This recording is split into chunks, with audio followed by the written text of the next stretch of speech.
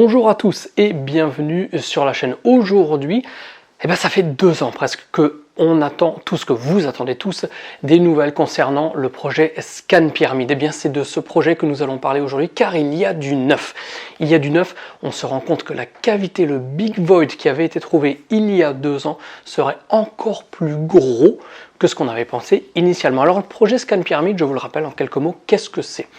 C'est un projet qui a permis de détecter une différence de densité, une grande cavité au sein de la grande pyramide grâce à la technique des muons. Alors la technique des muons, qu'est-ce que c'est ? En fait, c'est une technique non intrusive à l'aide de capteurs qui permettent de piéger les particules cosmiques qui bombardent en permanence notre Terre.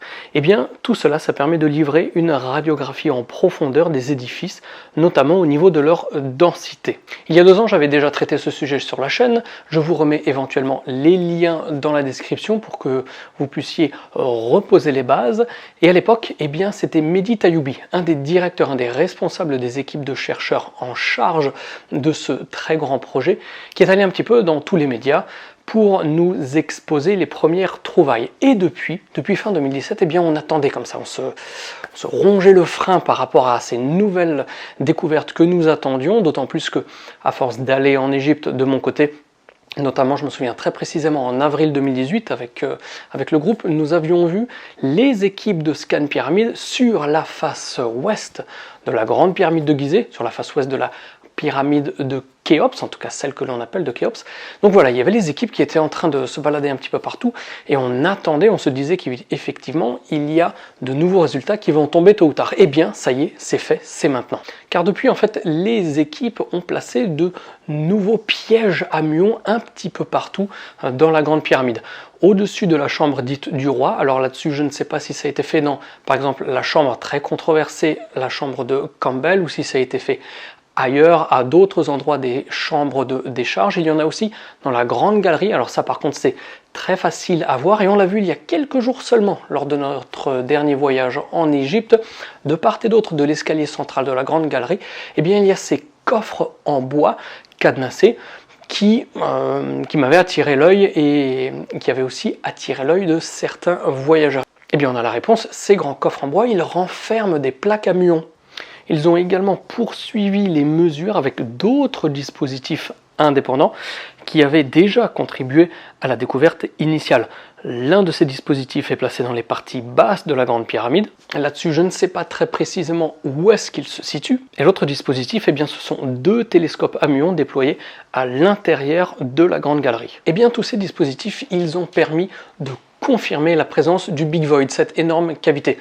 Mais il y a 2 ans, cette grande cavité, nous n'étions pas vraiment capables d'en déterminer les caractéristiques précises. C'est-à-dire qu'on était capable de déterminer un changement de densité au sein de la grande pyramide sans vraiment savoir où est-ce qu'il se situe précisément en hauteur et en profondeur. Donc sa présence, ses caractéristiques 3D étaient encore assez compliquées à vraiment déterminer. Mais aujourd'hui, on en sait un petit peu plus sur ce qu'on pensait être présent à 10-15 mètres au-dessus de la grande galerie, presque parallèlement à la grande galerie. Et c'est Mehdi Tayoubi, toujours lui, qui va nous livrer les détails de cette nouvelle découverte, en tout cas de ces avancées dans le projet Scan Pyramid. La longueur de l'immense cavité était initialement évaluée à une 30aine de mètres.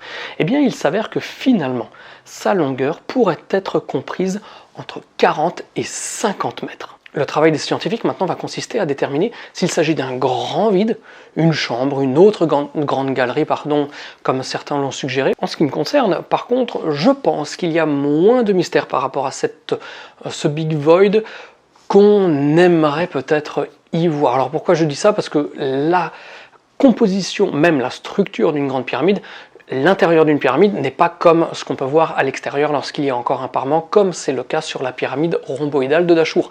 À l'intérieur, il y a beaucoup de sable, beaucoup de gravats, beaucoup d'amas, des blocs qui sont beaucoup moins équarris que ceux que l'on voit en surface. Donc peut-être que c'est tout simplement une différence de densité inhérente à la structure de la pyramide. Il n'y a pas forcément de grands mystères à voir. Ça, c'est mon avis, ça n'engage que moi.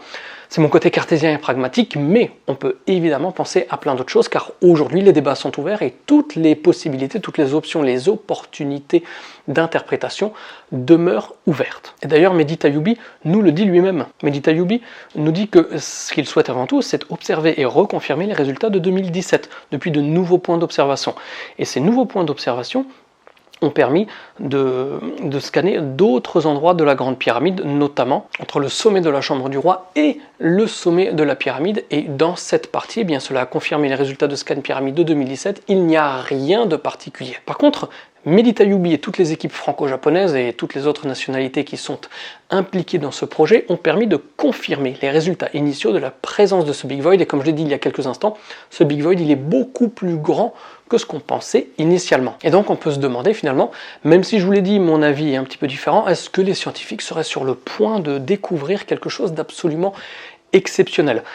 Zayawas, qui à l'époque était très réticent par rapport à ses résultats, a fait un petit 180 degrés, et aujourd'hui il se range plutôt du côté du mystère. C'est vrai que l'ancien ministre des Antiquités égyptiennes a pris un petit peu de court toutes les équipes de Scan Pyramide dans un entretien qui a été donné au Daily Express il y a quelques jours seulement, le 14 novembre 2019. Et dans cet entretien, il a dit que cette cavité pourrait être l'endroit où se trouverait la momie tant recherchée de Khéops. C'est vrai que c'est très étonnant venant de Zayawas qui, comme je l'ai dit, où il était très volubile, très prolixe en tout cas dans ses critiques, très véhément dans ses critiques du projet Scan Pyramide, en disant qu'il n'y a rien d'autre dans la Grande Pyramide, il faut arrêter de délirer.